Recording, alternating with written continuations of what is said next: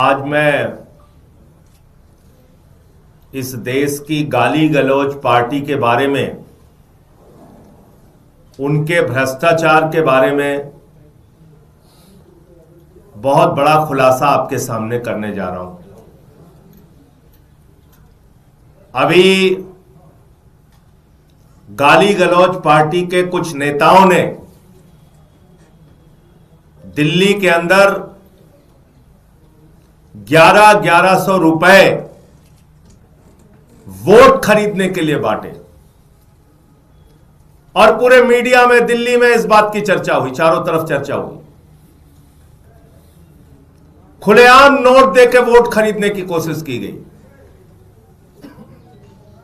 उसके बाद हमने पड़ताल की, जांच की कि इसके पीछे की सच्चाई क्या है, और हमें जो सूत्रों से जानकारी मिली वो और गंभीर है कि दरअसल गाली गलौज पार्टी के नेताओं ने 10-10 हजार रुपए बांटने के लिए अपने नेताओं को दिया था कि वोट खरीदो, 10-10 हजार रुपए बांटो। अब इनके नेताओं ने सोचा कि चुनाव तो हारना ही है, चुनाव में तो जीतने की कोई संभावना है नहीं अरविंद केजरीवाल से, तो बेहतर है चुनाव में पैसे ही कमा लो। तो उन्होंने एक नया तरीका अपनाया, बोले 9,000 जेब में रखो और 1100 रुपए बांट दो। तो 1100 रुपए बांट दिया, 1000 रुपए बांट दिया और 9,000 रुपए बचा लिया। तो मैं दिल्ली की जनता से यह कहना चाहता हूं और गाली गलौज पार्टी से पूछना चाहता हूं कि इस बात की सच्चाई देश के सामने, दिल्ली की जनता के सामने उजागर करें। मैं इनके नेताओं से पूछना चाहता हूं कि इस बात की सच्चाई दिल्ली की और देश की जनता के सामने उजागर करें। 10-10 हजार रुपए वोटर्स के लिए आपको भेजा गया था, और भेजा गया था, गाली गलौज पार्टी के नेताओं ने अगर 10-10 हजार रुपए दिया था तो आपने पूरे पैसे क्यों नहीं बांटे?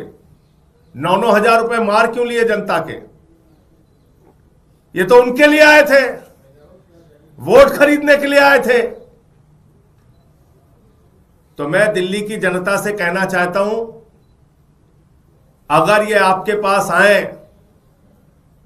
वोट मांगने के लिए आए, तो इनसे कहना जो तुम्हारे नेताओं ने 10,000 रुपए भेजे थे उसका 9,000 कहां है? उसका बाकी का 9,000 क्यों मार लिया?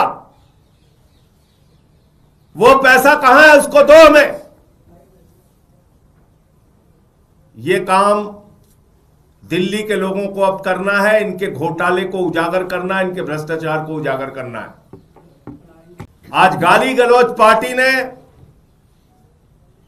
पूरे चुनाव को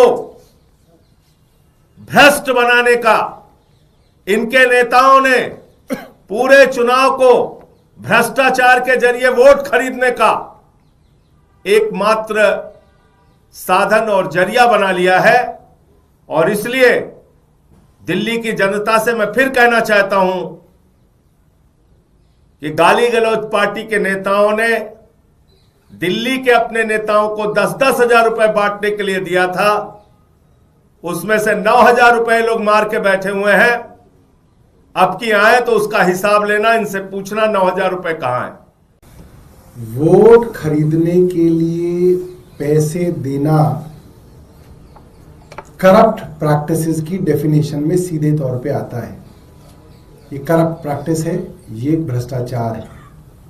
जो खुल्लम खुल्ला करप्ट प्रैक्टिस दिल्ली के अंदर लगातार जारी है, चुनावों की आचार संहिता लगने के बावजूद।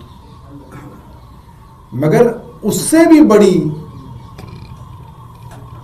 चिंता की बात यह है कि ये भी अब बात कही जा रही है कि करप्शन के अंदर भी करप्शन किया जा रहा है। भ्रष्टाचार के अंदर भी भ्रष्टाचार किया जा रहा है। सिर्फ यह भ्रष्टाचार नहीं है कि 1100 रुपए दिया जा रहा है, इसमें भी भ्रष्टाचार दिया जा रहा है कि पैसा 10,000 आ रहा है और दिया 1,000 रुपए जा रहा है, 9,000 रुपए जेब में जा रहा है। ये तो बहुत शर्म की बात है। जो है वो दर्ज करा रही है। नड्डा जी वाली बात भी है सर। देखिए उसके पहले ये देखिए सवाल जरूर है कि जो आपने आरोप लगाया है कि उसका आधार क्या है, क्योंकि रैंडमली तो ऐसे कोई भी कुछ भी आंकड़ा कह सकता है। मैं उनकी बात का भी जवाब दे देता हूं, आपकी बात का भी जवाब। पहली बात तो पूरे देश ने सुना, देश के सदन में मैं चिल्ला चिल्ला के कह रहा था कि 40-40 साल से 30-30 साल से दिल्ली में रहने वाले हमारे यूपी बिहार पूर्वांचल के भाइयों का नाम कटवाया जा रहा है और उसको भारतीय जनता पार्टी के राष्ट्रीय अध्यक्ष जेपी नड्डा जी ने रोहिंग्या कहा, बांग्लादेशी कहा, घुसपैठिया कहा, घुसपैठिया कहा। मैंने नाम भी पढ़ा, राम सिंह, छोटेलाल वर्मा, ये नाम मैं पढ़ रहा था सदन में। और हमारे पूर्वांचल के भाइयों को, यूपी बिहार के भाइयों को भारतीय जनता पार्टी रोहिंग्या और बांग्लादेशी कह रही थी। उसकी लड़ाई लड़ी तो वहां नहीं रुके, मुझे सबक सिखाने के लिए, मेरी पत्नी का वोट कटवाने के लिए एप्लीकेशन दिलवाई भाजपाइयों ने। इतने पे भी शांत नहीं हुए, इन्होंने लगातार उस अभियान को जारी रखा। हम क्या शिकायत करने गए थे? हम ये शिकायत करने गए थे और इलेक्शन कमीशन के सामने शिकायत करने गए थे, वो रिकॉर्ड में है कि हमारे यूपी बिहार पूर्वांचल के भाई जो 30-30, 40-40 साल से दिल्ली में रह रहे हैं, उनके वोट कटवाए जा रहे हैं, वो वोट काटे ना जाए। क्या शिकायत करने गए थे? कि हमारे यूपी बिहार पूर्वांचल के भाई जो 30-30, 40-40 साल से दिल्ली में रह रहे हैं, जिन्होंने अपने श्रम से, परिश्रम से दिल्ली को बनाया, उनके वोट काटे जा रहे हैं, वो वोट ना काटे जाए, ये कहने गए थे। तो ये पूर्वांचल का सम्मान है कि पूर्वांचल का अपमान है? ये यूपी बिहार का सम्मान है कि यूपी बिहार का अपमान है? ये यूपी बिहार के दिल्ली में रहने वाले मतदाताओं का मत बचाने की कोशिश है कि उसके खिलाफ है? कहा क्या केजरीवाल जी ने? उन्होंने कहा अपने कार्यकर्ताओं को यूपी से, बिहार से, आसपास के क्षेत्रों से दिल्ली में लाके फर्जी वोट बनवाए जा रहे हैं। हमने कभी भी फर्जी वोट बनवाने की बात नहीं की। हमने हमेशा कहा यूपी बिहार पूर्वांचल के रहने वाले, दिल्ली में रहने वाले 30-30, 40-40 साल से रहने वाले लोगों के वोट नहीं कटने चाहिए। हमने ये कहा। क्या भारतीय जनता पार्टी को इस नाम पे छूट मिलनी चाहिए कि वो दिल्ली में यहां फर्जी वोट बनवा ले? और हक किसका माना जाएगा? जो यहां 30-30, 40-40 साल से यूपी बिहार पूर्वांचल के भाई रह रहे हैं। फर्जी वोट बनवा के किसका हक मारा जाएगा? 40 साल से रहने वाले का वोट कटवा के भारतीय जनता पार्टी के कार्यकर्ताओं का वोट बनवाना चाहते हो? उनका वोट बनवाना चाहते हो? और आप चाहते हो कि ये करप्ट प्रैक्टिस हम चलने देंगे? ये नहीं होने पाएगा, नंबर एक। दूसरी बात, जहां तक अरविंद केजरीवाल का प्रश्न है, अरविंद केजरीवाल वो नेता है जिन्होंने कच्ची कॉलोनियों में सड़कों का जाल बिछाने का काम किया, सीवर लाइन का जाल बिछाने का काम किया, वाटर पाइपलाइन बिछाने का जाल बिछाने का काम किया। ऐसे तमाम काम जिसकी कल्पना भी भारतीय जनता पार्टी उन कच्ची कॉलोनियों की जिंदगी को, जहां पे हमारे यूपी बिहार के भाई रहते हैं, पूर्वांचल के भाई रहते हैं, उनकी जिंदगी में सुधार करने के लिए जिसकी कल्पना भी बीजेपी नहीं कर सकती, वो सारे काम कराए। वहां सीसीटीवी कैमरों का जाल बिछाया, अस्पताल बनाए, मोहल्ला क्लिनिक बनाए, बिजली फ्री दिया, उनको पानी फ्री दिया हमारे भाइयों को। तुमको पूर्वांचल का, यूपी बिहार का दर्द क्या पता है? हम वो दृश्य आज तक नहीं भूले हैं कि गुजरात के अंदर यूपी, बिहार, झारखंड के लोगों को मार मार के भगाया गया, भाजपा के लोगों, भूल गए तुम? एक शब्द नहीं निकला बीजेपी के नेताओं के मुंह से। अरविंद केजरीवाल वो नेता है जिन्होंने पूर्वांचलियों को सम्मान देने का काम किया। अरविंद केजरीवाल वो नेता है जिन्होंने दिल्ली के अंदर कैबिनेट मंत्री अपने साथ गोपाल राय जी को पूर्वांचल के उनको रखा, मुझे देश के सर्वोच्च सदन में पहुंचाया, पूर्वांचल का संसद बनाया, सबसे ज्यादा विधायकों को टिकट दिया पूर्वांचल के, छठ के घाट का सबसे सैकड़ों की संख्या में छठ घाट बनवाया, उसका इंतजाम किया।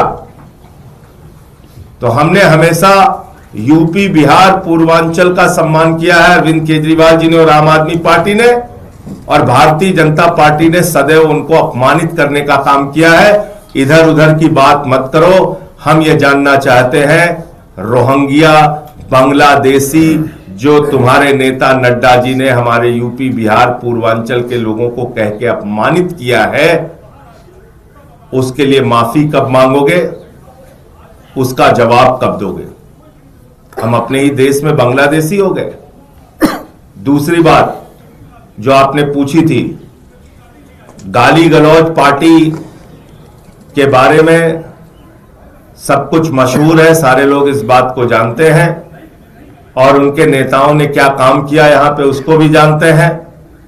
हमें जो सूत्रों से जानकारी मिली उसका खुलासा आपके सामने करना आवश्यक था, और अगर मैं गलत कह रहा हूं तो गाली गलौज पार्टी के नेता बताएं इस बात को कि मेरे आरोप सही है या गलत है।